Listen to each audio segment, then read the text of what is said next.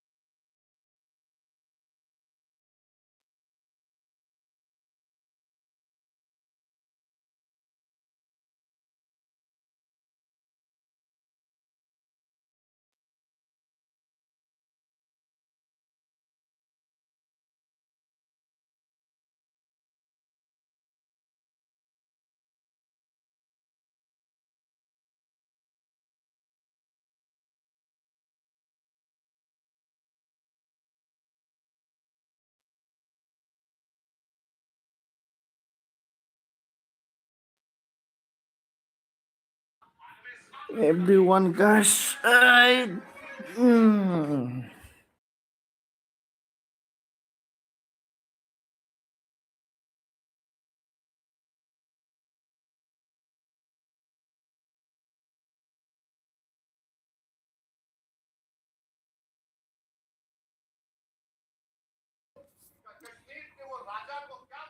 Come on.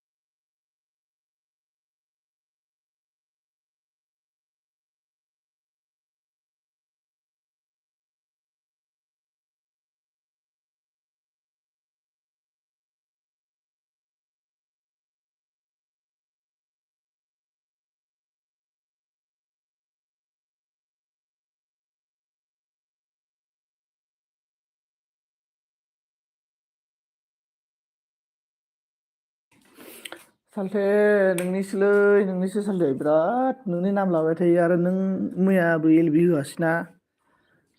सानसे सुबित मराका सकल नहीं देखने से ना मेरा नींद ही नहीं आता है होनलायलायथारो माथो साल्थे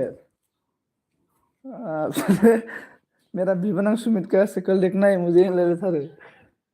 ले नोंनिसो जाबायलै साल्थे ओमफ्राय आं बिदि होनदोंमोन आरोना साल्थे सुमित के साथ ने हाँ मैं जाएगा ना सुमित के साथ ओयो हटेल में होनलायलायथारो साल्थे ओयो हटेलाव थांबावगोनसोनो नोंजों रावजोंबो थांबावानो ओयो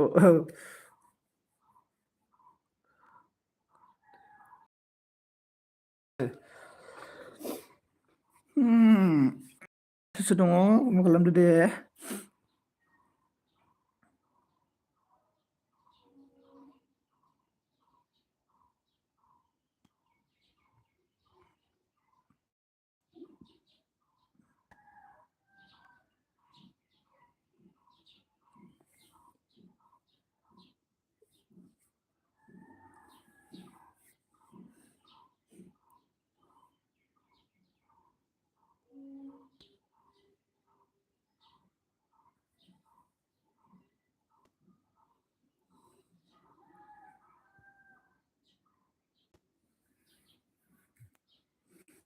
Everyone guys man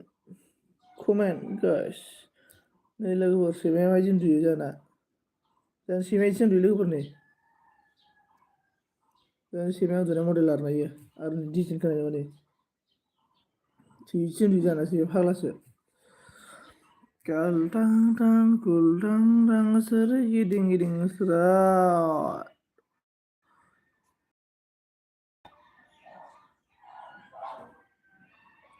थाखो जोंना कमेन्ट हरखायाखैब्रा लोगोफोर कमेन्ट खालाम दे कमेन्ट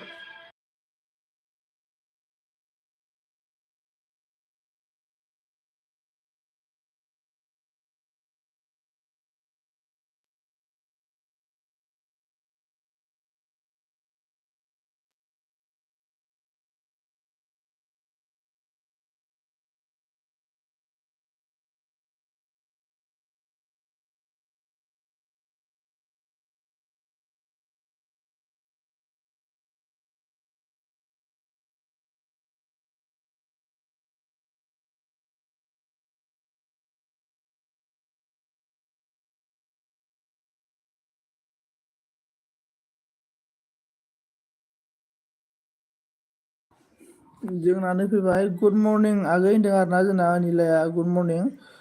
एमाव लाइक आयु होमबा अनिलाया माखो मर्निंनि साहा लोङाखै ना मा सनजिरदो जोंहा आं मर्निंआव साहा लोङा आरोना साहा लोंनाय बेस गैया आं मा लोङो मिथिबायना मर्निंआव थालिर दंफांनि दै लोङो आरोना आं लोगोफोर थालिर दंफांनि ओमफ्राय हेल' लाइक दान थेंक इउ स' माच अनिला मर्निं सना होनदों जोंना लाइक दान होनदों जोंना माबाया अनामिका बिमाया ओमफ्राय मा सिरि होनदों आरोना सिरि माने आङो माबा मा होनना बुंगोन नै गस्ला गाननायदों आरोना आं लानसैसो नालाय मानसिया दे मानसिफोरा खारजोबना 10 जन गाहाम दंमोन आयै सनाफोर ओइ सेंग्राफोरा सना होनबा दाय जायोबालाय ओमफ्राय सिख्लाफोरा सना होनबालाय सेंग्राफोरा गोजोनलायनो बाय बाबा गया रे मेरा भाई गुड मर्निं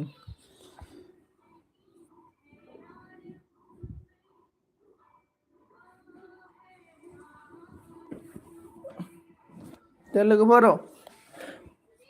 कमेन्ट खालाम दे कमेन्ट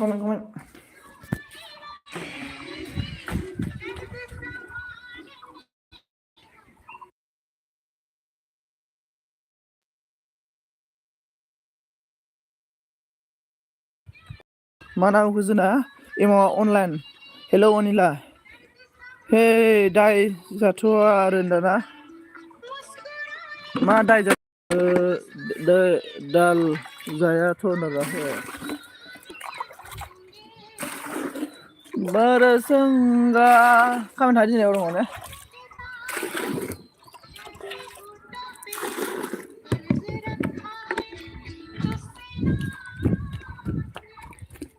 लाइक दान thank you so' much done thank you comment must welcome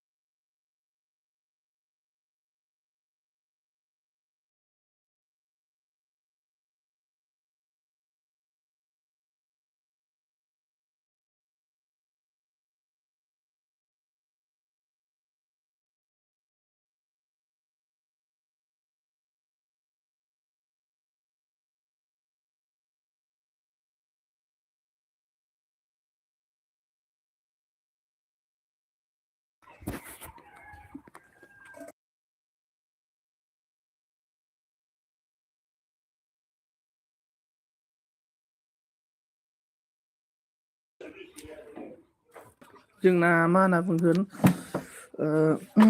समायनासो समायना बुहुद समायना जायो सनजिदा खरगोसर नामखौ जोंना नार्जारि ब्र'आ खिना हाय ब्र' गुड मर्निं दार मर्निं जय सियाराम दा एमाव अनन सियाराम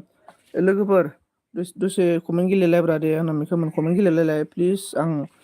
हाथाइखौ माने सुनो आरोना हाथाइ मानजिनो 1 मिनिटाव जायो आंनि हाथाइ मानजिनाया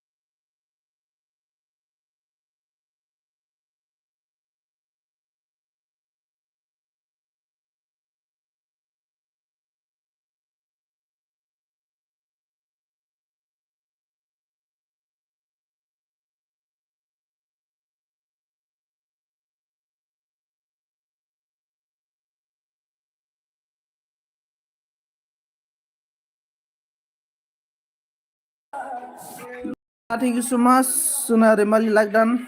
थेंक इउ बाय थाथ' सनजियागैनो अके रेमालि गुड मर्निं सनजिदों अनिला साब खालाम दे ओमफ्राय कमेन्ट अफसो नोंना दारना ओं लाइक दान थेंक इउ स' माच रेमालि रिटार्न खालाम दारनानै रिटार्न खालाम नार्जारिनो ओमफ्राय दायो हरफिनगोन दारना जोंना कार्बि नार्जारि माखौ सोरबा साब बिहरनानै हरबा आन हरफिनलायो थगायो दारा ओं एकदमबारे खायसे एकदमबारे थगायसुला दङलै ओमफ्राय आंथ' नोंजों नार्जारि नै आं नोंजों साबखानै खोन्थानो र' नै आं नोंजों साबखानै नै नार्जारि नोंजों साबखा आरोना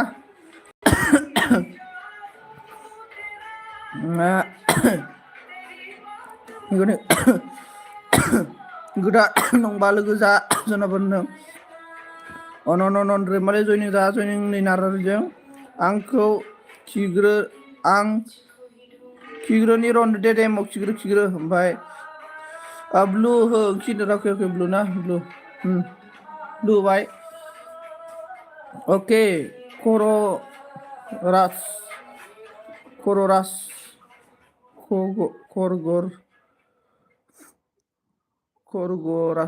खरगरास अके होनदोंना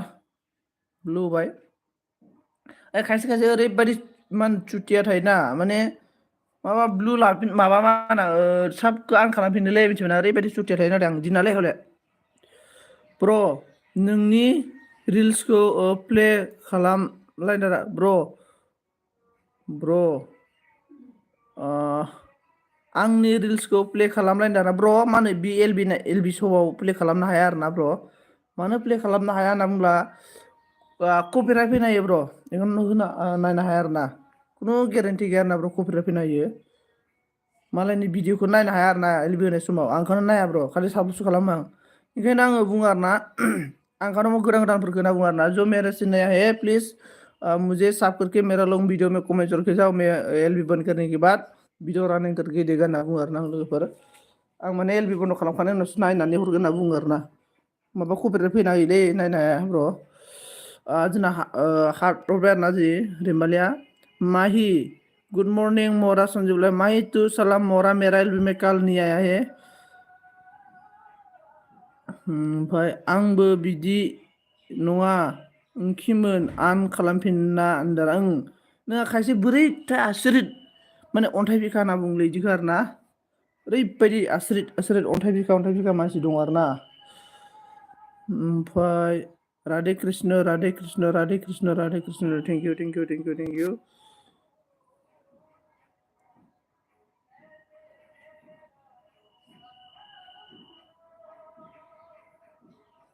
बसुमतारी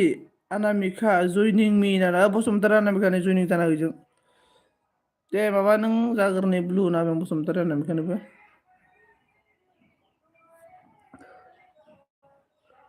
दे जयनिं जाना हो लोगोफोर अनलायलाय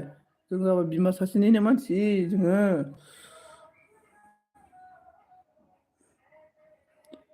थेंक इउ सो माच सासेनि मानसि दे कमेन्ट गेले आं दै लोंनो र' दै लोंनो आं दे कमेन्ट गाइस अननानै सापर्ट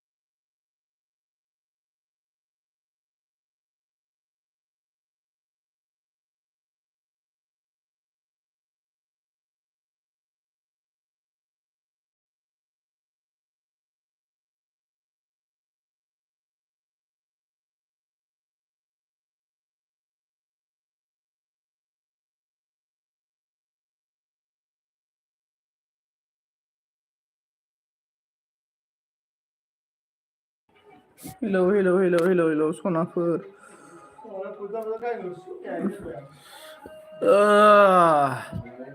नै बिफा आंना 9 जन जाबाय दाना 9 जन जाखायो आंना डाबल 1K जादों डाबल 1K आंना डाबल 1K जादोंलै देमलि नामा नायनो र' बेसे दङ थिगानो जेबो नङा 1K दंना होमबाबो रैमालि साब खालामबाय थास' बिबारनि कमेन्ट हैदों दा थास' बिबारनि कमेन्ट हैदों दा थास' बिबाराव रैमालि रिटार्न साब खालामदो रैमालि रिटार्न साब खालामदो ओमफ्राय जोंना दिप्तिया अन दिब्या जोंना मानदोना थेंक इउ सो माच अन रेगुले खरगरास ओंखि आंबो साब खालामबाय भिडिअखौ आनाव नायगोन आं उनाव नायगोन आंनो साब खालामबायनो ओमफ्राय हेलौ होनदों ओमफ्राय thank you खरगरास ओंखि नामदारना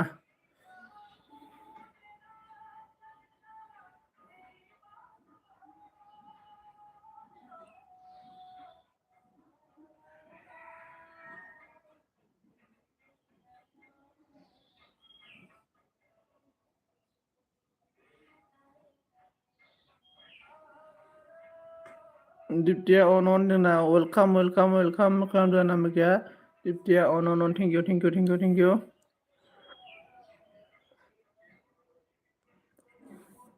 everyone guys thank you so much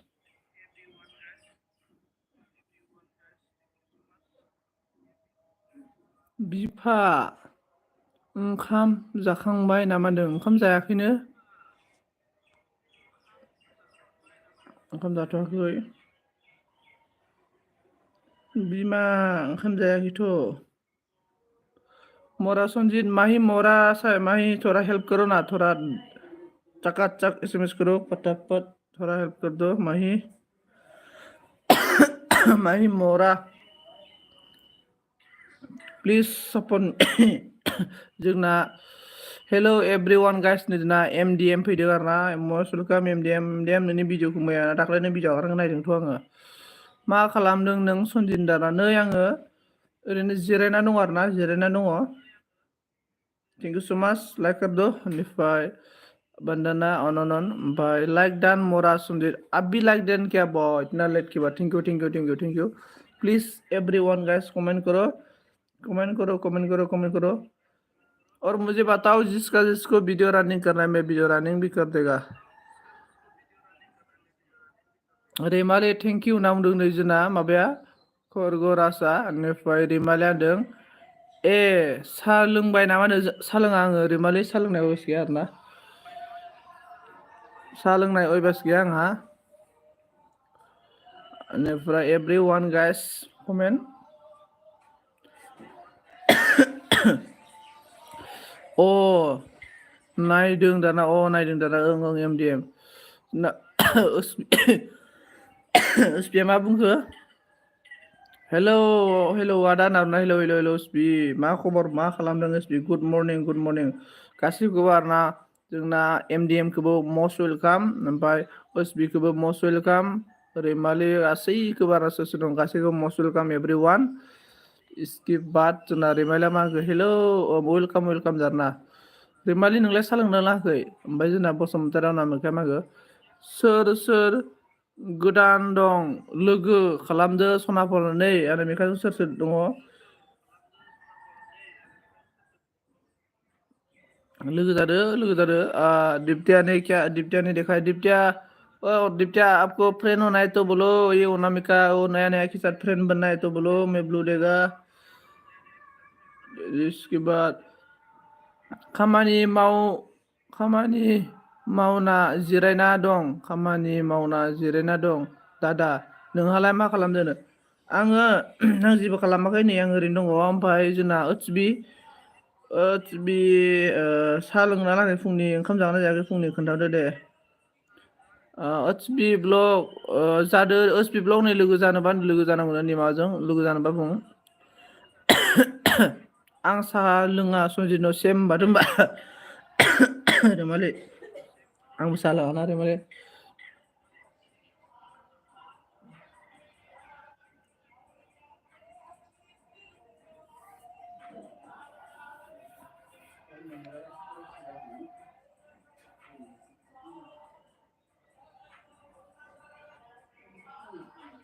जोंना माखो साहा लोङाखै दादा खाम जागोन दसे थाना अके दा बि आं नोंनाव मैया मा सोंदोंमोनथाय नों बेसेबाङाव फरायो ना फरायला ना मा खालामो बेखौ सोंदोंमोनलै आं नोंनाव खोन्थायासै माथो नों मैया जोंना मा होनना बुंखो आंबो रिटार्न हरफिनगोन दानो दा बि नै नोंनो ब्लु होबाय आङो नै जोंना अनामिकाखौ लोगो खालामहैदां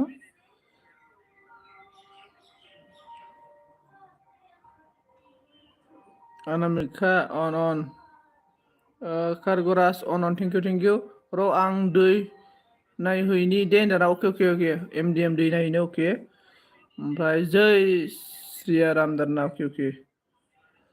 उसबिया होनदों दे लोगो खालामग्रो होनदाना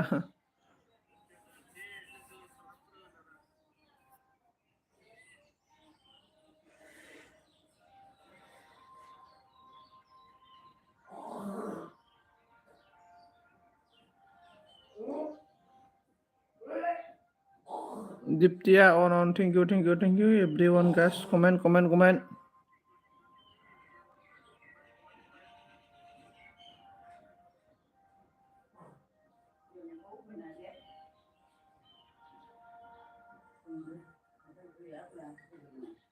लोगो खालामग्रो अनामिका आब' नावदारना अनामिकाखौ लोगो खालामग्रोनो थिनबाय। अनामिकाना 1K जाबायलै ओटिबि आब' माबा ओटिबि नोंसो खालामग्रोनांगोन। लाबरायबाय जोंना अनामिका थेंक इउ स' माच लाबरायदो अनामिका साबधान रिटार्न मिनो अनामिका नै साब खालामबाय नोंखौ रैमालिखौ रिटार्न होना हो। जोंना MDM आ अन thank you brother thank you Roja Roja साबायखर MDM आंखौ सापर्ट खालामनायनि थाखाय लाबराय होलाबायदो लोगोफोर 100% उरायबाय आरो ना। आं ओइचपि सिमल' फरायना थाबाय आदा अके आदसा मोजां अके नायनो आं रन्दा नाय आं ब्लु होखाबाय प्रेज दा लर्ड ना प्रेज दा लर्ड अके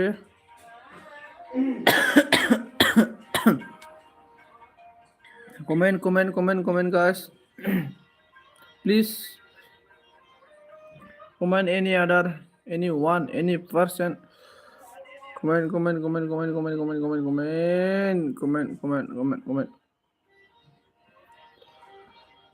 like कर दो सब कर दो जो मेरे से नया है प्लीज सपोर्ट मी सपोर्ट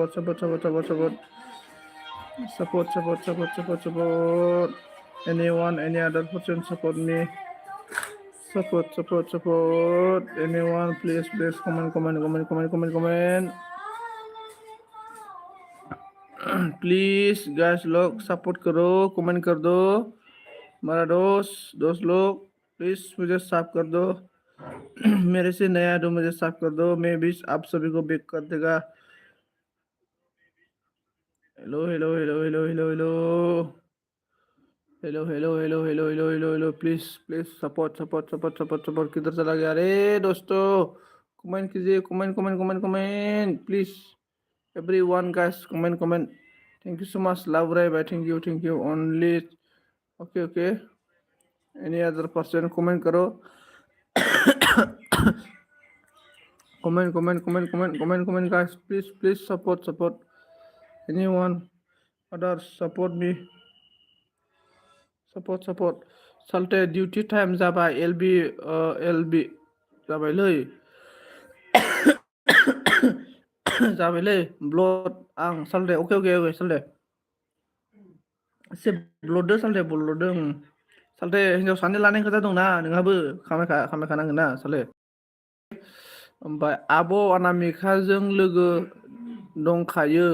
आंहा दाना अके अनामिकाजों लोगो दंखायो अनामिका माने बेगाखै बेगो Pankaj hi hello most welcome एकदमबारे super duper most welcome Pankaj आपको MDM लाभ गोथां हरबाय आरो ना अके ब्लु आरो ना ब्लु होबाय ब्र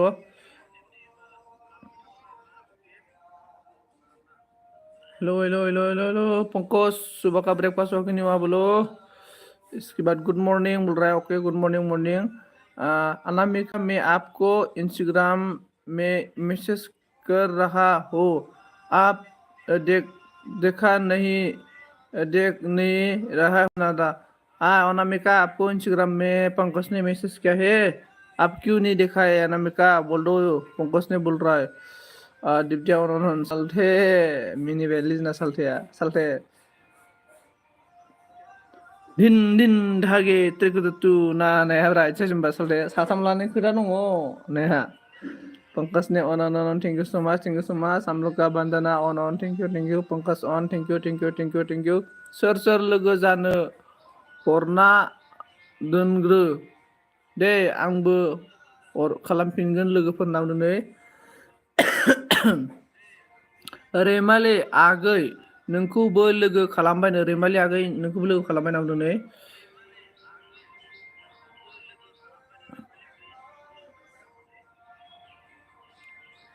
everyone guys हाय अनामिका हाय बोल रहा है पंकज ने इसके बाद एमओ ने बोला ऑनलाइन दं आं दारा अके जोंना नार्जारिया मा बुंखो अनामिकाया थगायोलै दाना अनामिका नोंमोन थगायखो नार्जारिखौ नै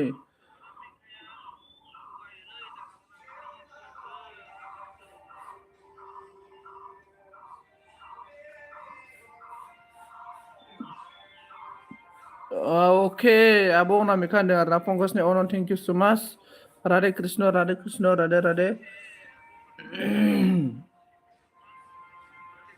55 जाबाय ओमफ्राय अनामिका बाजै 8थायाव आंनाव दा 8था माने बे फुंनि 8था ना मोनानि 8थाब्रा एमाव ब्र हमनो नायासै आङो ओमफ्राय राधे राधे आब' लोगो जादो दे प्लिज नादरा दोस्त हेल' हेल' कमेन्ट करो यार प्लिज सपोर्ट सपोर्ट दोस्त एकदमबारे सिम नों मानो फैया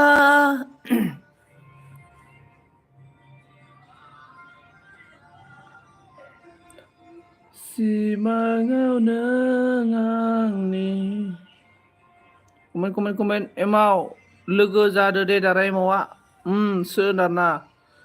PM सोनार अके PM आ गुड मोनायाबा थेंक इउ मोनायाबा थांगोन सानावबा हायामोन आरोना दिनै मिस्ट्रि खामानि थांगोन आङो I love you अनामिका बोल रहा है अनामिका आपको I love बोल रहा है हेलौ लोगोफोर एभ्रिवान गाइस 12 जन गाहाम दं ओमफ्राय कमेन्ट खालामाखै कमेन्ट 12 जन एनि आदार पार्सन कमेन्ट करो प्लिज ओमफ्राय खरगराज साब खालामबाय कमेन्ट चेक अके होनदाना खरगराज नोंखौ साब खालामबाय जोंना MDM आ बे खोना होदो MDM नो आं दै लोंनो दै थालिरनि दै लोंनां लोगोफोर एकदमबारे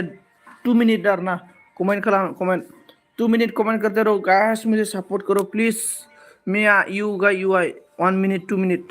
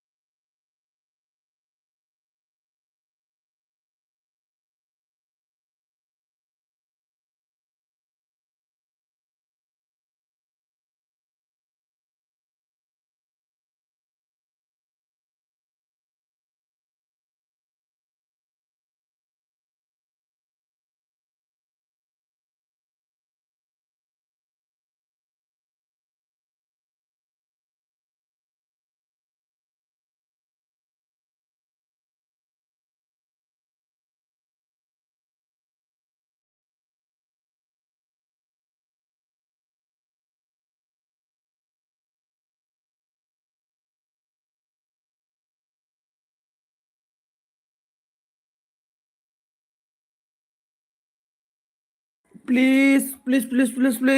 SMS कमेन्ट साब्रैटान MDM कमेन्ट सें दारना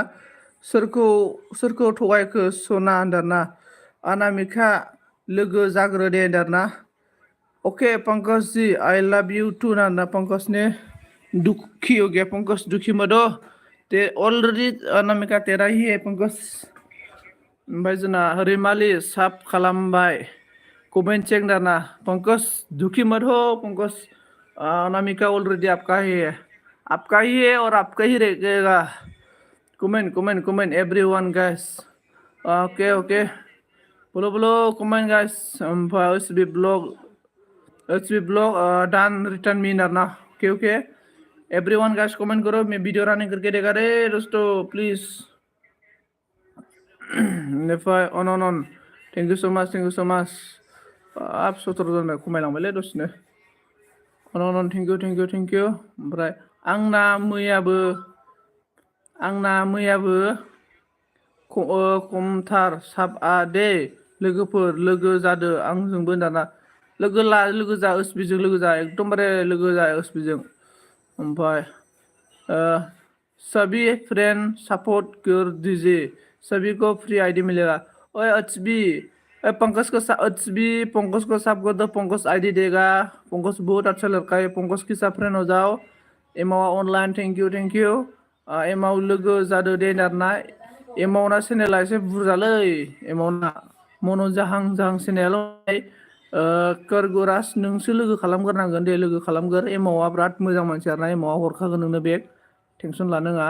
माबोरै दङ ओचबिनो माबोरै दङ ओचबिनो खरगुरा साबदान आगै नाना खरगुरा साबदान खालामबायनो नै एमावआ दासो माबा एमावसो लांबाय माबाया अनामिकाया अके एमडि आरोना ओमफ्राय ओचबि ब्लग होनदों अके पंकज नारा पंकजआ बहुत मोजां मानसि दै पंकजआ गुबुन हारिबाबो नाय माबायदि सापर्ट खालामफैयो आंनोबो बहुत आइडिया होदों पंकज बहुत अच्छा लड़का है दोस्तों पंकज के साथ सपोर्ट करो पंकज को पंकज आप सभी को बैग दे देगा दोस्तों every one guys please Pankaj से फ्रेंड बनाओ पंकज सभी को आईडी दे देगा एवरी वन गाइस मोजाङैनो दं आब' दाना मोजाङैनो दंनो टिभिया बेनिफ्राय अनामिका साबदान अके दाना अनामिकानि साब खालामैनो very good player and he's okay full video नायना साब खालामनांगौ ना बेखायनो लेट्स जायो दाना 2 मिनिट वीडियो नायनानै खालामनांगौ 2 मिनिट हम लोग का प्यारो अशोक ने गया like done thank you so much Ashok brother मैं कल आपका एलबी में गया था आप किधर घूमते हैं आजकल बहुत अच्छा अशोक ब्रदर आजकल तो आप एलबी करके मतलब किधर घूमता है अच्छा बहुत अच्छा लगा है मुझे मैं देख रहा था अशोक ब्रदर आपको लाइक डन भी किया है मैं आपका एलबी में कल शाम को भाई हाँ ब्रो अनामिका मेरी जान है हाँ पंकज आपका जान है और आपका ही रहेगा अनामिका किसी भी अनामिका को छीन के लेके नहीं जाएगा मैं आपके साथ पूरा हेल्प करेगा पंकज टेंशन लेना नहीं चाहिए राजा लोगो जादो नाम दारना जोंनिया माबाया खिलन राजाखौ नोंनो हरगोन दे आं राजाया आंनि आइडिसो ना दे नोंनि भिडिअ नायना होबाय आङो 15-16 लाइक खालामना होबाय दे आं नोंनि भिडिअ नायदों पंकजा मा बुंखो मेरा जान है अनामिका अच्छा गुड कल खालामना नाय करनजित दाना चेक खालामना नायदों ओचबि ब्लग लोगो खालामबाय चेक खालाम दाना ओचबि लोगो खालामबायनो जोंना एमडि मा नायदो हेलौ राजा फ्रेन्ड दाना राजाया आंसो बेनिफ्राय नोंनि भिडिअ नायना होदों आङो राजा नार्जारि नोंनि भिडिअ नायगासिनो दङ ओमफ्राय एमाव होनदों अके करनजित होनदों पंकज जी क्या हुआ पापा बोलो ना दाना पंकज ने बोला किसको बोलना है पापा बाय होनदों प्रान्जिता प्रान्जित बारे सिख्लाफोरनियावबा बारजा बारना कमेन्ट गेलेनाया आंनियावबा थानो हाथारा अनामिका आइ लाभ इउ होनदों पंकजआ एमाव आगै दा थांगोन र' आं दाना बाय होनदों 1 मिनिट 3 सेकेन्डल'सो भिडिअ करगरास नायबानो जाबाय नोंनि भिडिअआ 20 दान खालामबाय आङो 21 जाबाय नोंना साबसक्राइबार 21 नायलाय करगरास 21 साब जाबाय नोंना नायलाय चेक खालामबानो जाबाय 21 खालामना हरबाय आङो जोंना मा होनना बुंखो हार महादेव पंकज नबिला दुलुर एमबि सोना हरलायदों दै दुलुर एमबि नांगौनो प्रान्जितनो बेनिफ्राय but it's Pankaj I love you too नाना पंकज आपको आई लव यू बोला है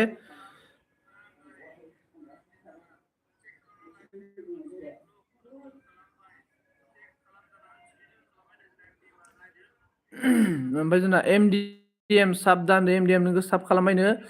ओमफ्राय थेंक इउ होनना जोंना नार्जारि ब्रादारा ओमफ्राय अनामिका जी मेरी पास आव नादारना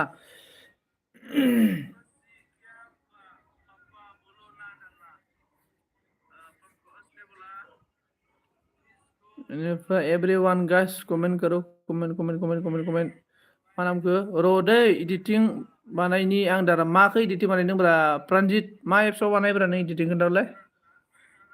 खोन्थाहरदो दे मा एप्सआव इडिटिं बानायो खोन्थाहरलाय प्रानजित इडिटिंखौ खोन्थाहरगोर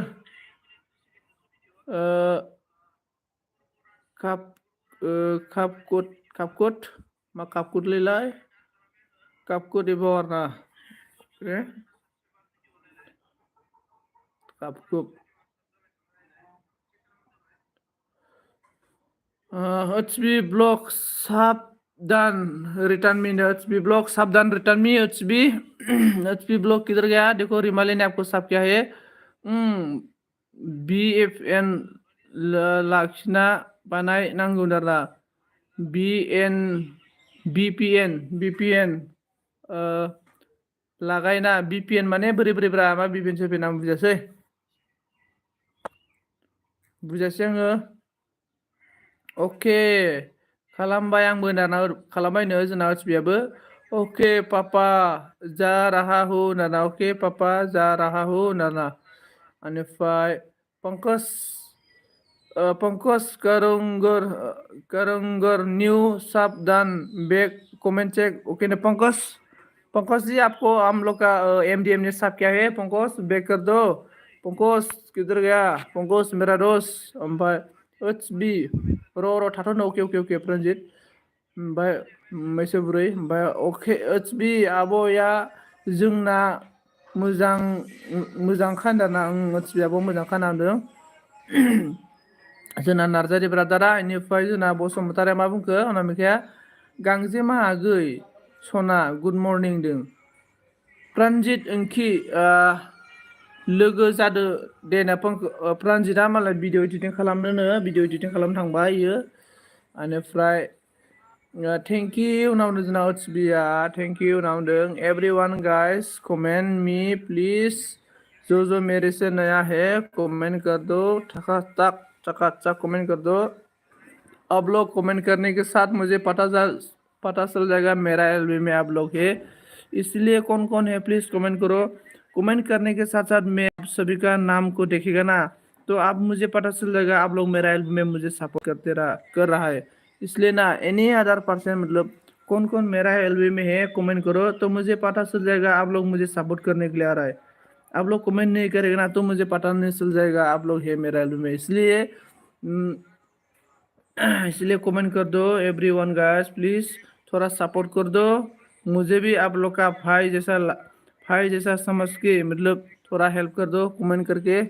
any other any one any every guys please बेनिफ्राय कार्गस नोंबो साब खालामदो आंनिखौ प्लिज नै नार्जारि कार्गस नोंखौ साब खालामनो होनदों बिया निउ दङब्ला फ्रेन्ड जादों दाना ज' निउ है नार्जारि के साथ फ्रेंड हो जाओ एनी अदर पर्सन किधर चला गया ओके ब्रो मेरा ड्यूटी टाइम हो रहा है thank you Pankaj thank you number हर सना दाना नाम्बार हर सना दाना मा नाम्बारलै सोरनि नाम्बार बुजासै आङो सोरनाव नाम्बार बिखो अनामिकायालाय बेनिफ्राय एमाव अफिसियेल अनलाइन दाना ओमफ्राय आं दानो हरगोन दाना प्रानजितनि नाम्बार बिदों आरोना बेनिफ्राय like done thank you so much Mahi इतना लेट के आके मुझे लाइक डन किया thank you so much everyone any other person कौन है प्लीज कमेंट कर दो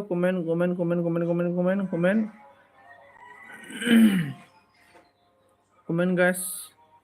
कमेंट अनामिका दा जाग्रो पंकजी जा रहा हूँ पंकजी नादारानी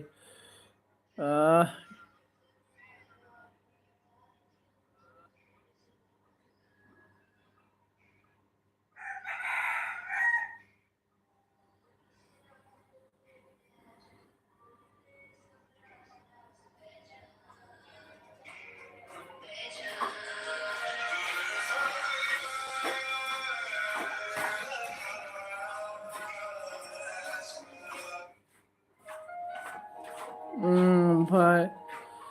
HB रिटार्न साब खालामबाय कमेन्ट नायदो दाना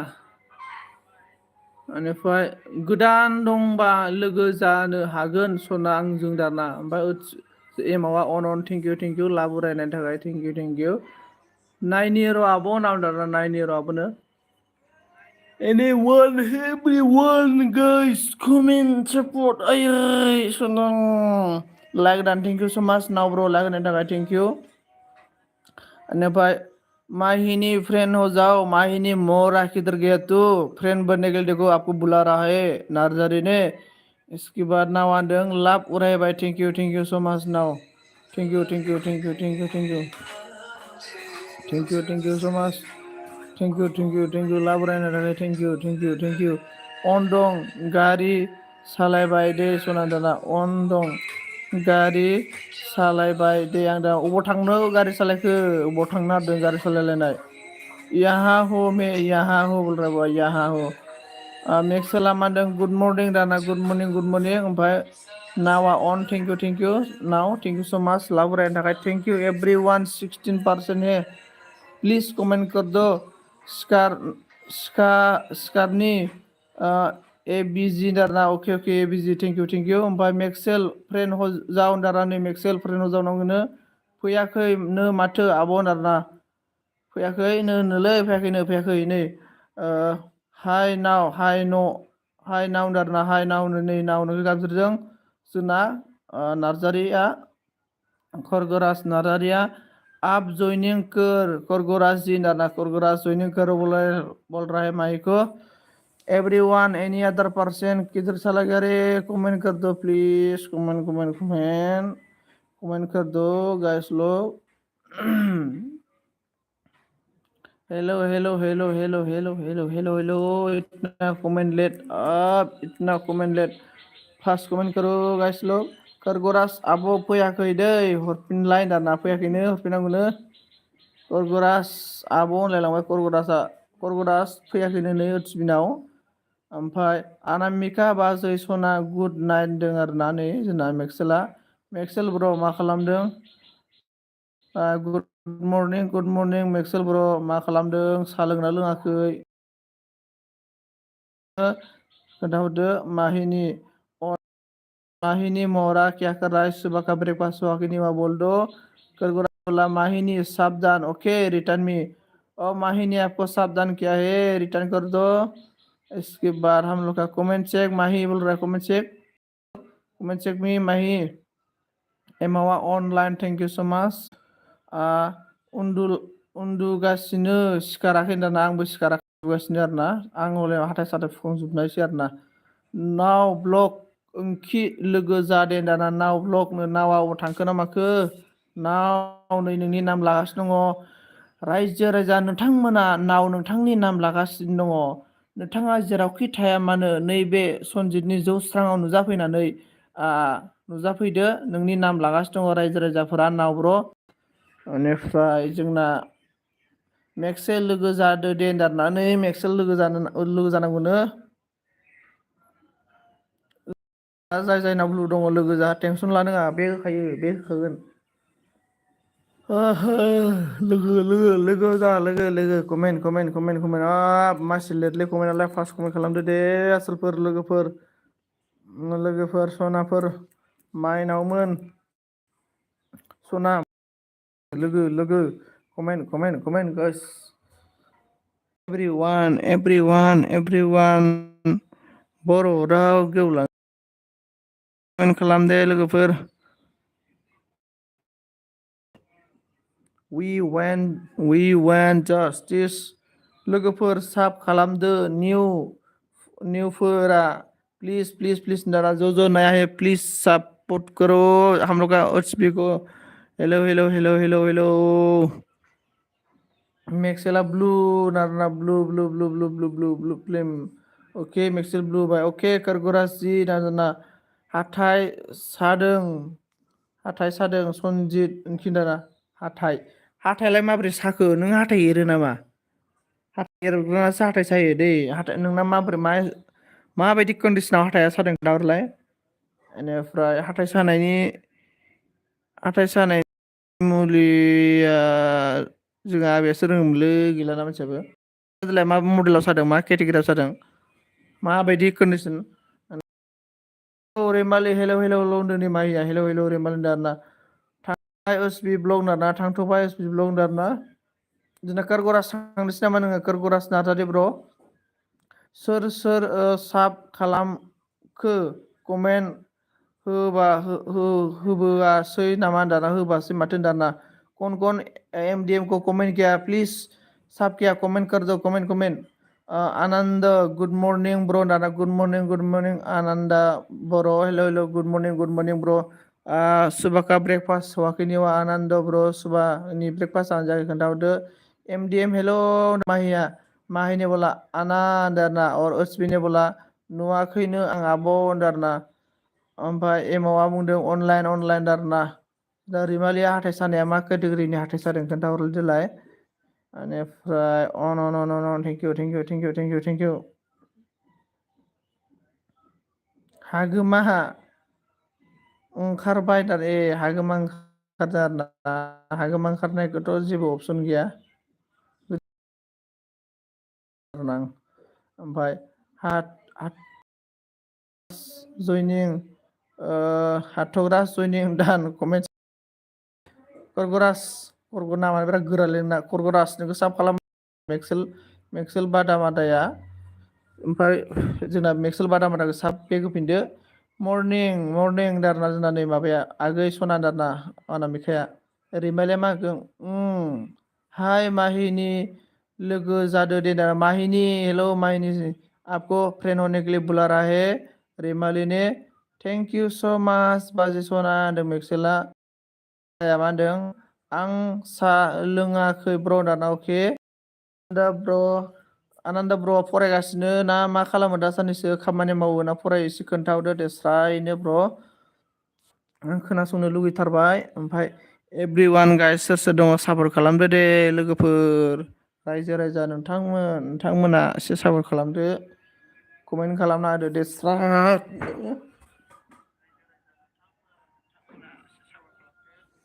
आं उन्दुना ब्रन अके उन्दुना दं आरोना मेक्सेल रिटार्न साब दान अके दाना मेक्सेल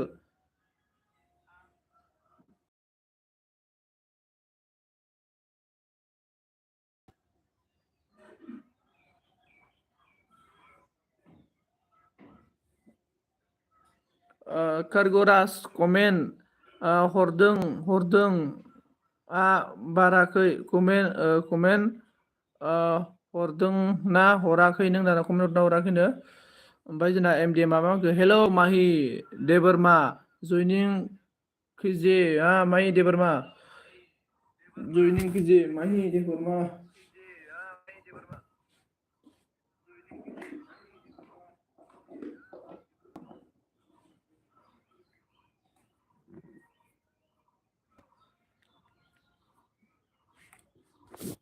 कमेन्ट मादो खालाम करगरास गेदेर दामनाय भिडिअ'आव कमेन्ट हरदों चेक खालामदो नै करगरास मैया बुंबाय ना ब्र आं तामिल सरि बावदों ओमफ्राय आना कमेन्ट चेक दाना आना कमेन्ट चेक होनना बुंबाय नै जोंना एमाव कमेन्ट चेक होनना बुंदों नै ओमफ्राय अन थेंक इउ मेक्सेल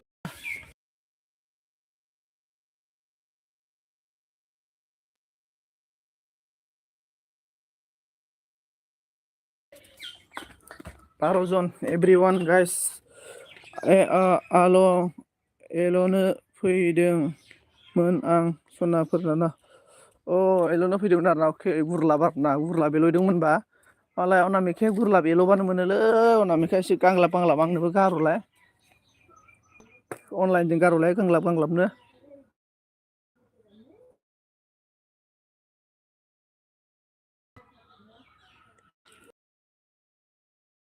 कमेन्ट खालाम दे 12 जन लोगोफोर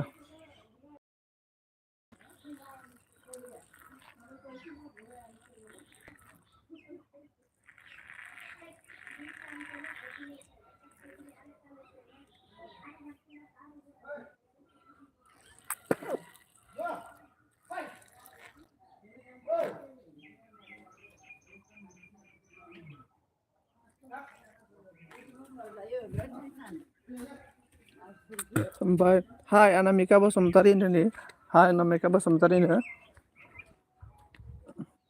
ओमफ्राय अन्नानै जादों कमेन जायो जादों नै दाउआ जाबायलै अन्नानै कमेन्टल' लोगो साबबो खालाम थगायनो नाङा बयखौबो गावनि हारि सोदारों कमेन्ट खालामलाय कमेन्ट खालाम ओमफ्राय साब खालाम दै भिडिअ नायनानै हो थगायलायनाङा बर'जों बर' लोगोफोर फंकस अन village lifestyle Radhe Radhe Radhe Radhe everyone guys आं ओंखाम जाना आरोना कमेंट करते रहो मैं 2 मिनट मैं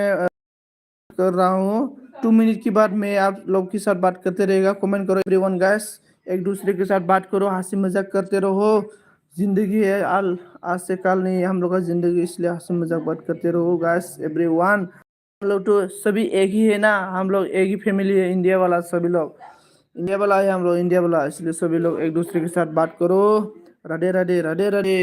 मा खालामदों नों होनबा सनजय दादा मा खालामदों नों होनबा आं ओंखाम जानो नागिरदों ओंखाम जानो माने खामानि दं नालाय भिलेज लोगो जादों भिलेजा हिन्दीसो हिन्दी वालासो हिन्दी हिन्दी हिन्दी बात करो दोस्तों हिन्दी वाला हिन्दी बात करो आई एम हिन्दी कमेन्ट खालामलायलाय प्लिज दसे र' ओंखाम जानो आङो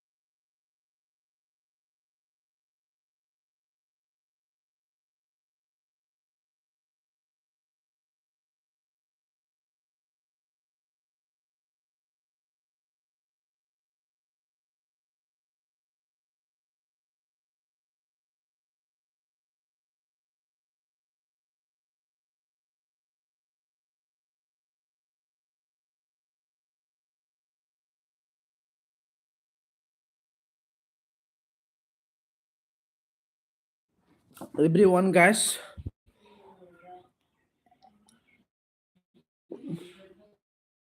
मोजां करगरास दे करगरासा माथो हौवासो दानि भिडिअ नायना नुबाय आंबो ओचपियावबोमोन आंहा जारलासो दाना करगरासा हौवाथ' आरो आं दहाय नोङो आब' आब' होनबाय थादों ओचपिया दहायखौनो आब' आब' बुंबाय थादों ओमफ्राय पंकज अननन प्रानजितसो सरि माबा अशक अननन ओचपियाबो हा हा होनना बुंबाय माबाया ओचपिया हा होनना बुंबाय जोंना नार्जारिया करगरासा मोजां दे करगरास होनना बुंदों माहि दे बोरमा जइनिं डान कमेन्ट चेक माहि एमाव हेलौ आनान्दा साब खालामना होदो आंनिखौ प्लिज नांदों होमबा आनान्दा साब खालामदो अननानै दाना ओचपि ब्लु गैया दाना ब्लु नांगौ ना ब्लु नांगौ माने ब्लु होना आं सरि दे दादा करगरास होनदों माहि अके एमडि एमदों ब्लु गैया माने बुजियासै आं दाना ओमफ्राय जेबो नङा ओचपि ब्लग बुला जाखायो दाना ओमफ्राय ओचपिया जा मिनिबाय आरोना आरो आथोनखौनो सोलायबाय होमबा ना जोलाखौ जो आथोनाव लांखाबाय होमबा ओमफ्राय ओचपि ब्लग कमेन्ट होबाखै नामा दाना ओचपि कमेन्ट होबोना होबाखैनो ओमफ्राय जोंना माबाया अनमिका अरन थेंक इउ ओमफ्राय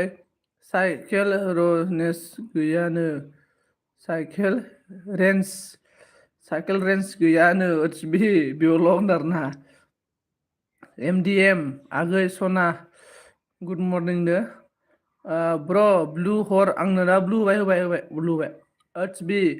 होदोंथ' नाना ओचपिया ओमफ्राय होदोंथ' होनना बुंदों आरोना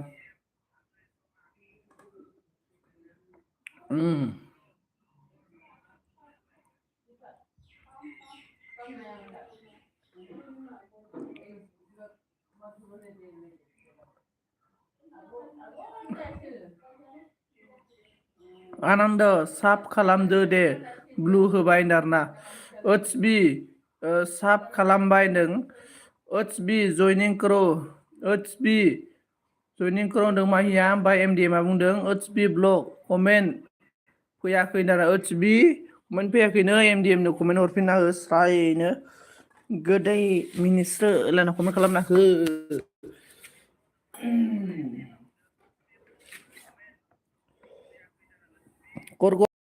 नों करगरास साब खालामबायनो ब्र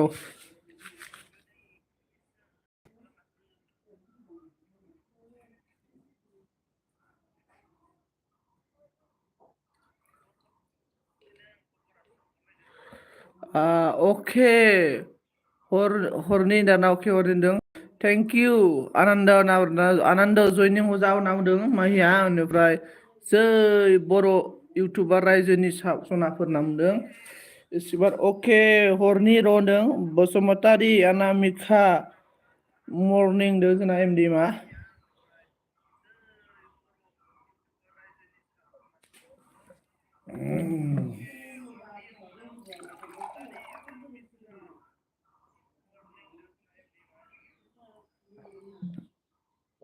कमेन्ट एवरीवन गाइस कमेन्ट करो कमेन्ट करगरास वेलकाम जों जो इउटुब रायजोनि जादों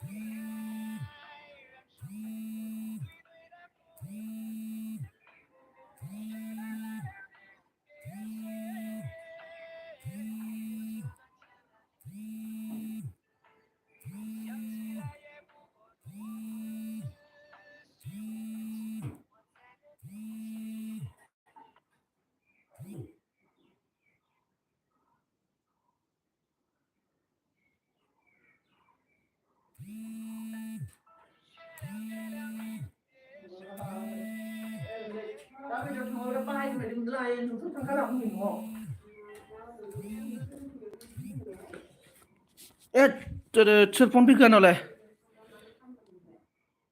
बायलायनो फन फैदों माथो खोला पात्ता गैया बैसोगोरानि र' दे बायलायनो फन फैदों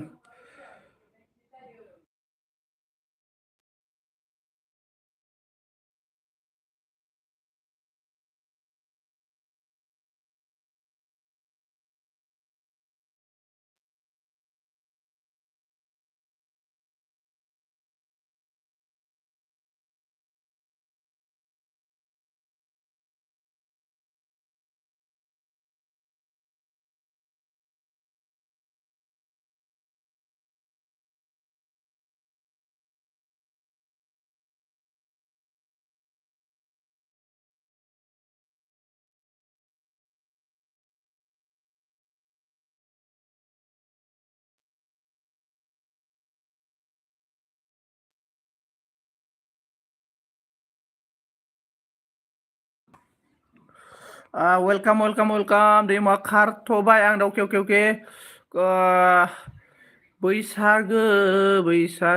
बैसागो मोसानायाव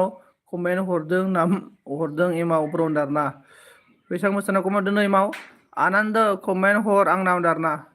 बसुमतारी आना मेखायाबाबो प्लिज कमेन्ट किजि नादों खरग आंखौबो साब खालाम अर बिजों नारना खरग साब खालामनांगौनो नै सानजिखौबो जोंना सानजियाबो नुजानो हाफैदों मस्ट वेलकाम सानजि थेंक इउ सो माच मे थोड़ा बीमार हूँ जस्ट ऑन माय फ्रेंड दाना okay Ashok okay thank you so much Ashok अच्छा होगा टेंशन लेना चाहिए दवाई खा लो अच्छा होगा आं माने कमेन्टखौ बारबोबाय दै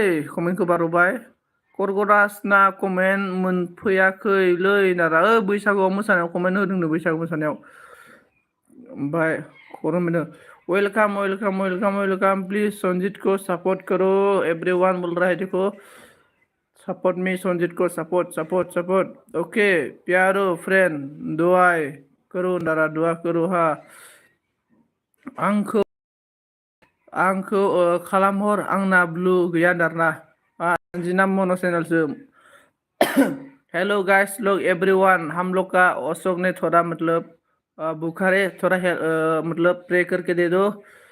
मतलब जल्दी अच्छा हो जाए प्लीज संजीत को सपोर्ट करो bro and sister support me Sanjeet को सपोर्ट मी आंना नेट आनो गलसो जादों जोंना मबाइल प्रब्लेम मबाइलखौ गारख्रुबना हो नङाबा दैयाव सोमब्र' होमबानो एकदमबारे हाइ फाइ जागोन आरोना सानजि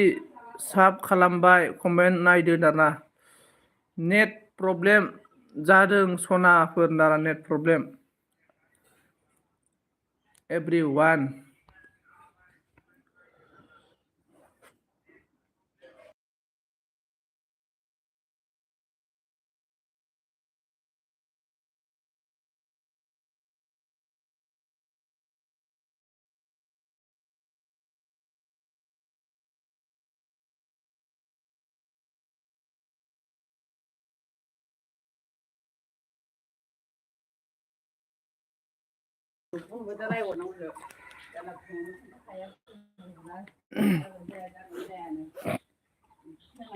बेनिफ्राय थेंक दे नामदो आरोना जोंना बेनिफ्राय साब हरला दे सनाफोर दानानै लोगोफोर कमेन्ट हरलाबायदो दे लोगो जालायलाय ओइ खाजय दाबो सोलाखाङा नामा दाना सोलाखांबाय दिनै खरग'आ हिनजावनि फट' दोनलायदों दाना खरग'आ हाबा जानायलै सानजि ओत्स बि कमेन्ट हरबाय आं दा एमडिएम अनन थेंक इउ नायनि आं दाना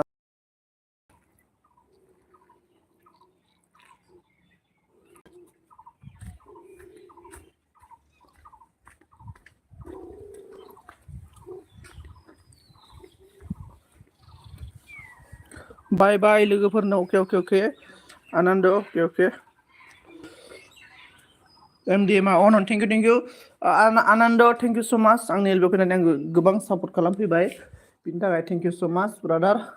thank you आरो next time दा मोनायाव फैगोन होननानै आं आसा खालामो thank you so much support खालामनायनि थाखाय HB9 आरोना thank you so much everyone guys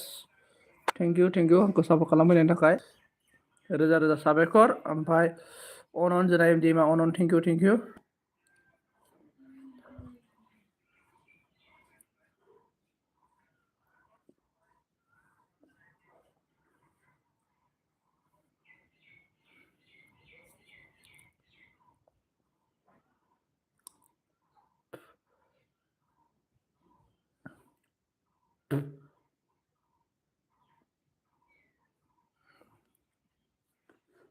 comment guys everyone comment कीजिए guys everyone guys comment कीजिए जाहां-जाहांआवनो थालांसिगोन माथो नायहां-नायहांआवनो थैब्लाबो नाया बियो मा होनो बाय ब्र जै बर' हारिनि बाय बायनारा जै बर' हारिनि अके बर' राव गेवलांथों जै बर' हारिनि बर' राव गेवलांथों आनन्दा बर' थेंक इउ स माच रोजा रोजा साबायखर आरोना आंनि एलबियाव फैनानै आंखौ सापर्ट खालामफैनायनि थाखाय थेंक इउ स माच बेनिफ्राय MDMA अन थेंक इउ गैला नामा मानसिफोराबो खारजोबखो कमेन्ट खालामदो दे स्रायनो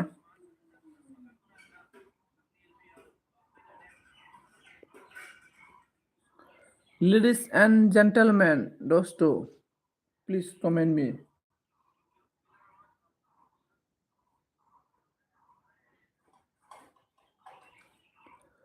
Rose nang angin. comment कीजिए comment.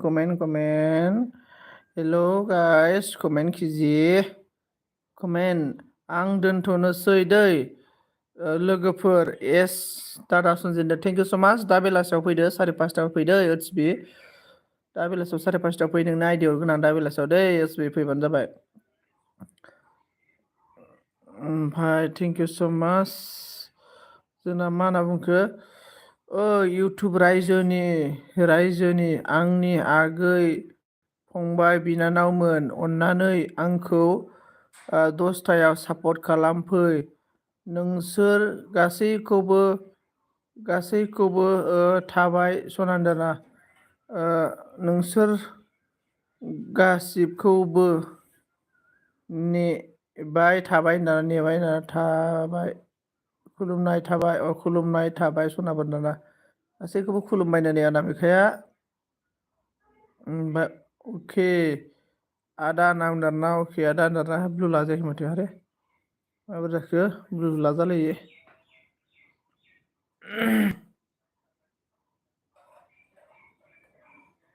प्लिज कमेन्ट गाइस नामदारनि जोंना MDM ब्र मा खालामबाय दं खोन्थादो दे MDM ब्र मा खालामदों आरिका मा खालामदों आरो सोर दंमोन दा देलाय खोन्थालाय MDM ब्र साहा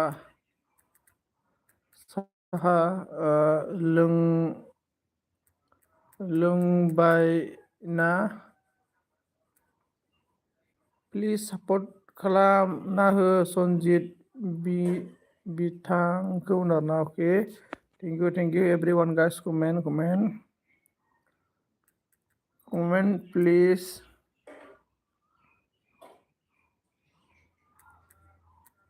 help me please guys comment ओइ रायलाय खाजयना ओइ रायलाय खाजयना रायलायगासिनो रायलायगासिनो please help me please guys comment आसिया खामानि मावदों दाना एसे खामानि मावदों दाना ओत्सबि नों बहा थायोमोनलाय बेंगलर ना बबाव थायो बेनिफ्राय जोंना मा होनना बुंखो आं थांनोसै नङा दा नङाबा दाना आं रायलायनायखौ खोनायाखै नामाब्रा बेलाय आं रायलायनाय खोनायाखै नामा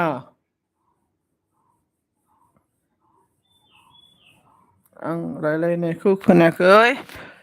Ladies and gentlemen and for the Hammond Roman Ranks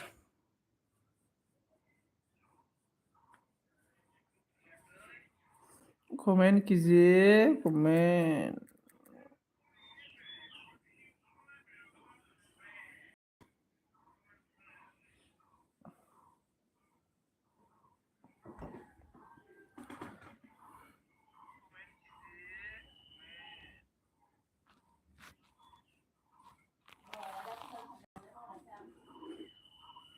सानसे मावखानांगोन माथो ओरैबाबो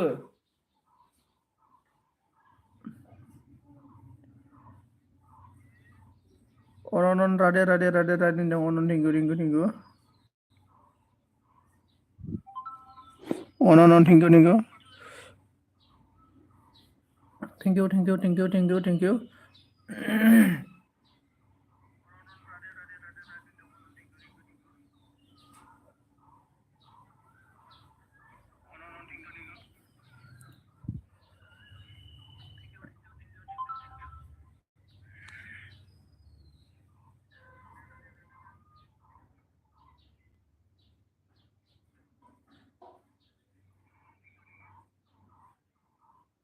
राधे थेंकिउ सो माच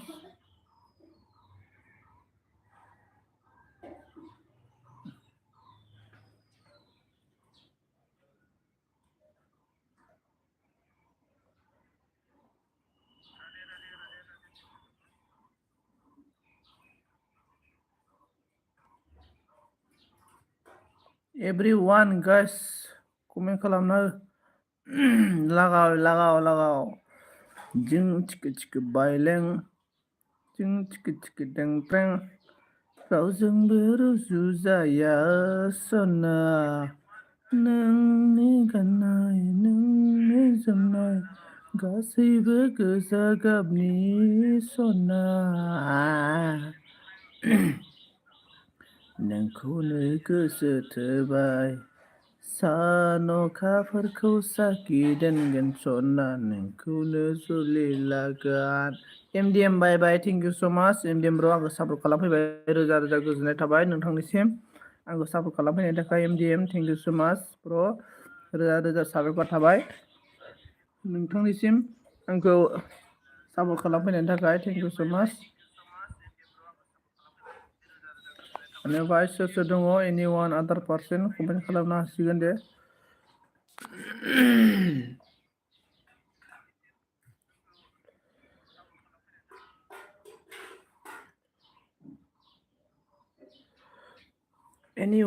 everyone moment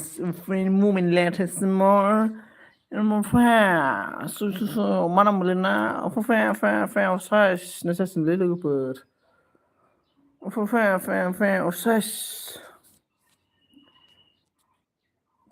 hello moment hello motu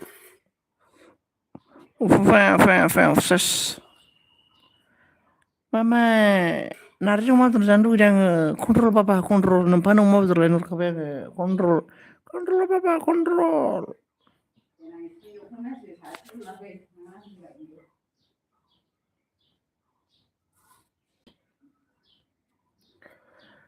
गोरबो बिखा बायग्लिलांबायसो माथो सना नोंनि कमेन्ट मोनैयाव गोरबो बिखा बायग्लिलांबायसो नोंसोरनि कमेन्ट नुयैयाव आन्दायबाय आङो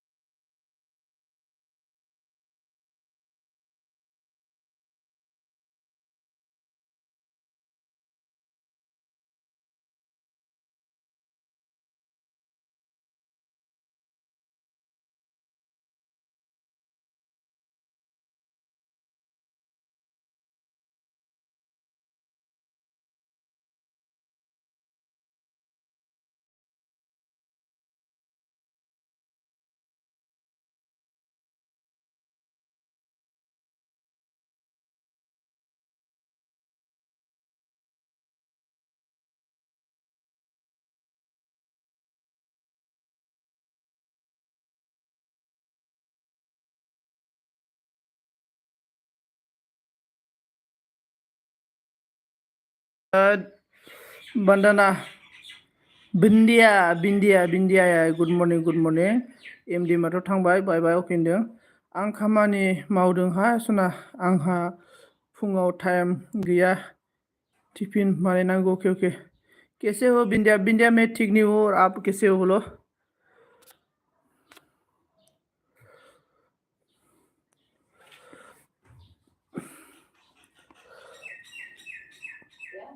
हाँ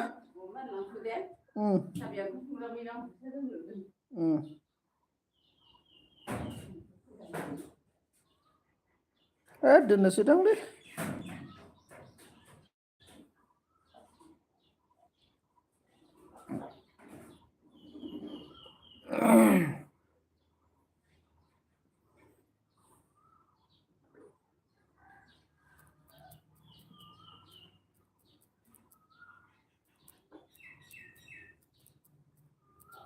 दोननोसै ना माथो रावबो कमेन्टबो खालामलाब्रा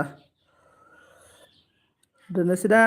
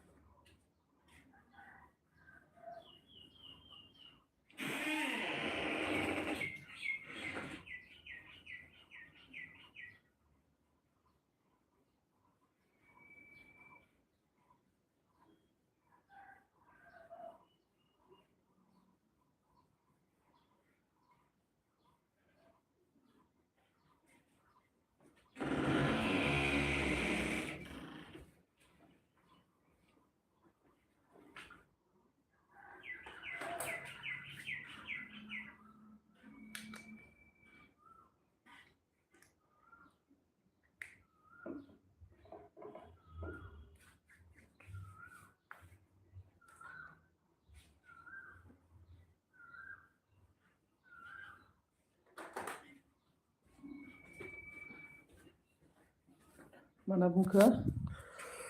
मानसि दंना आजन मानसि दं ना आठथायाव दोनदो दारा मानसि दं माने साब्रैल'सो दं माथो कमेन्टबो खालामा साब्रैबो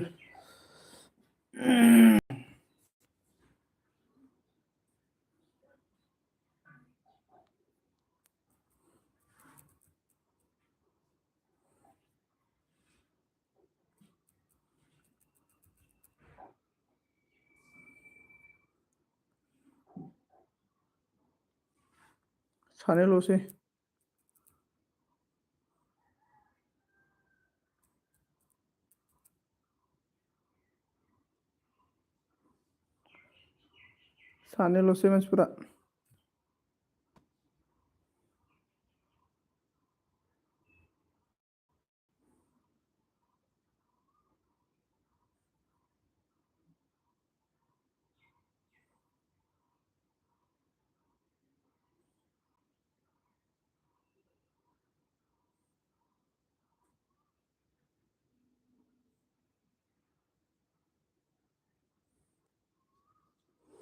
सोर दङब्रा कमेन्ट खालामदो दे लोगोफोर सोर दङ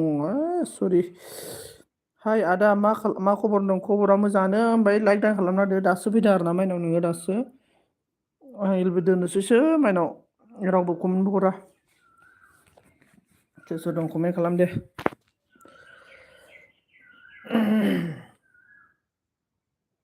हाय हेलौ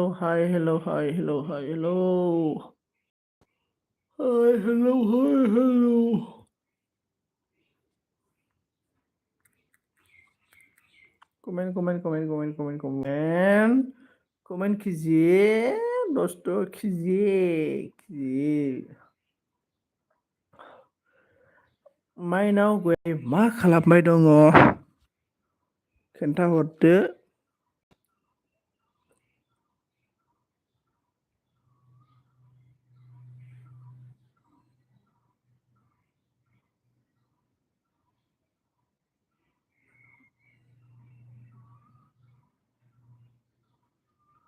इसके बाद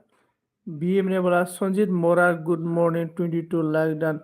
और बीएम कल तो मुझे कल मैं किसका एलबी में था और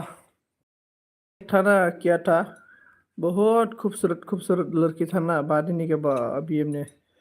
खूबसूरत खूबसूरत लड़की देखने से बीएम लड़का लोग को भूल जाता है रे। आदा एचबीखौ नायबाय दं आं दाना आदा एचबीखौ नायबाय दं आदा दाना ओके ओके ओके ओमफ्राय बीएम ने बोला कमेंट कमेंट कमेंट हाँ बीएम एलबी बंद करेगा बीएम को उसने बीएम का प्रोफाइल आं दासो सा ओंखारबाय दाना ओके ओके स्पीकर देखेगा मेरे को वो वाह वाह वाह बहुत बुढ़ा हो गया रे बीएम नाना जी पूरा नाना जी रे बुढ़ा हो गया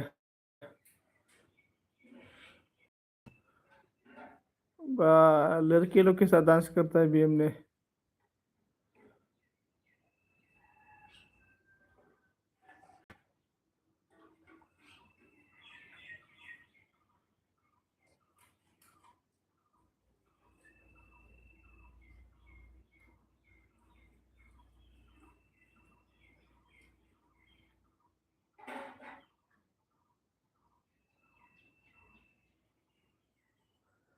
बहुत सुंदर है लड़की कल हाँ एकदम बड़े चकाचक था रे बीएम बीएम तो इसलिए तो मतलब मैं ना आजकल देखा है जब भी लड़की का एलबी ना तो बीएम को देखता है रे कितना भी लड़की त्रिपुरा का लड़की का एलबी करता है ना बीएम ऑलरेडी फर्स्ट और ऐसा होता है बीएम कमेंट करते हैं लड़की लोग को और लड़का लोग तो हेलो हेलो बोलने से भी लड़का लोग को देखता नहीं बहुत डेंजर हो गया रे बीएम आजकल आदा मा ओंख्रि जाखो होनदाना ओंख्रिथ' जायाखै बुट गोथाङा बुट गोथां माने बुट भाजामोन आरोना बुट भाजा एवनायजोंसो ओंखाम जालाबायबाय बेनिफ्राय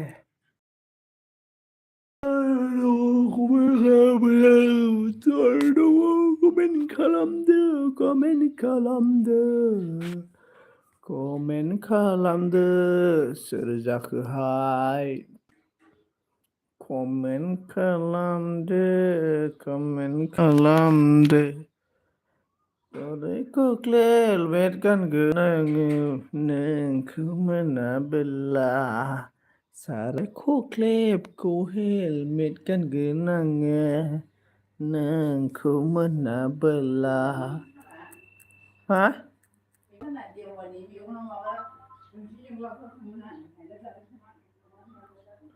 एन्जर मुलि जाना थैगोन आं नोंसानि न'मा न'आव जोगोनार बिफां जाना माहैगोन साराय खोख्लेबखौ हेलमेट गानगोन आङो नोंखौ मोनाबोला लागाव जों थिखो बायलें सुवाव बीएमनो आदा एचबी आदाया नोंखौ रायदों दाना आदा एचबिया नोंखौ रायदों मा होनना रायनाय आंखौ खोन्थालाय दालाय मा होनना रायनाय बे एचबिया आंनि एलबियाव फैयानोबा आंलाय मानो एलबियाव थानो साराय खोख्लेबखौ हेलमेट गानगोन आङो नोंखौ मोनाबोला एन्जर मुलि जाना थैगोन नोंसानि न'मा न'आव बिया नोंखौ रायदों साराय खोख्लेब हेलमेट गानगोन आङो नोंखौ मोनाबोला एन्जर मुलि जाना थैगोन आं बिफां जाना मानलाहैगोन आङो नोंसानि न'मा न'आव साराय खोख्लेबखौ हेलमेट गानगोन आङो आंखौ मोनाबोला मासे लेट ब्रा हमलाय इतना लेट कमेंट करते हैं रे आप लोग अच्छा यो हरि हरि हर इतना लेट कमेंट कर रहे थे आप लोग आयो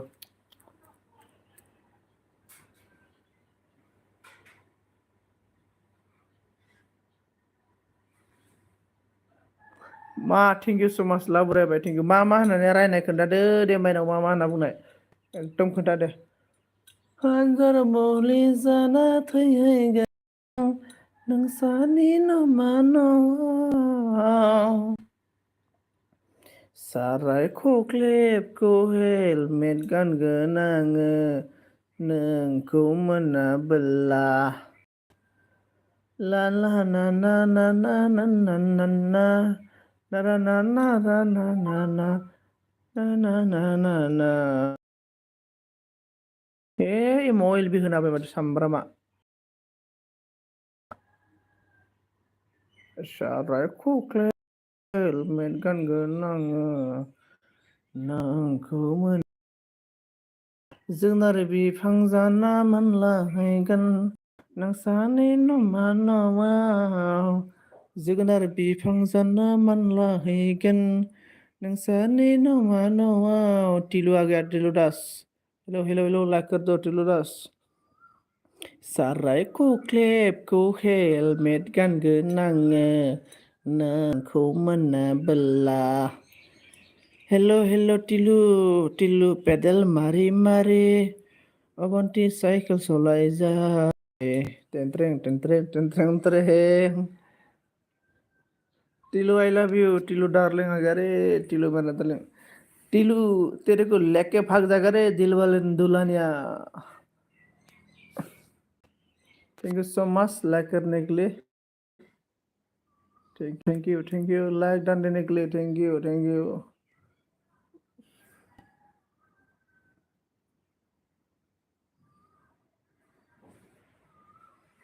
मानसिफोरालाय 6 जन गाहाम दङ कमेन्टबो खालामा माथो नायखुमाजोब्बायसो माथो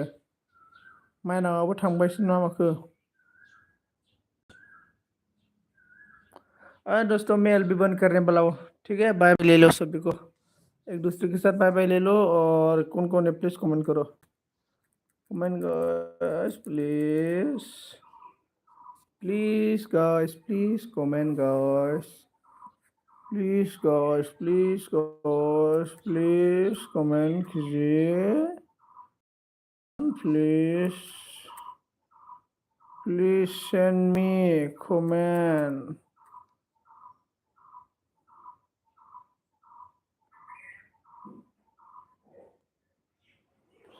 प्लीज 7 जन जाबाय ना कमेंट कीजिए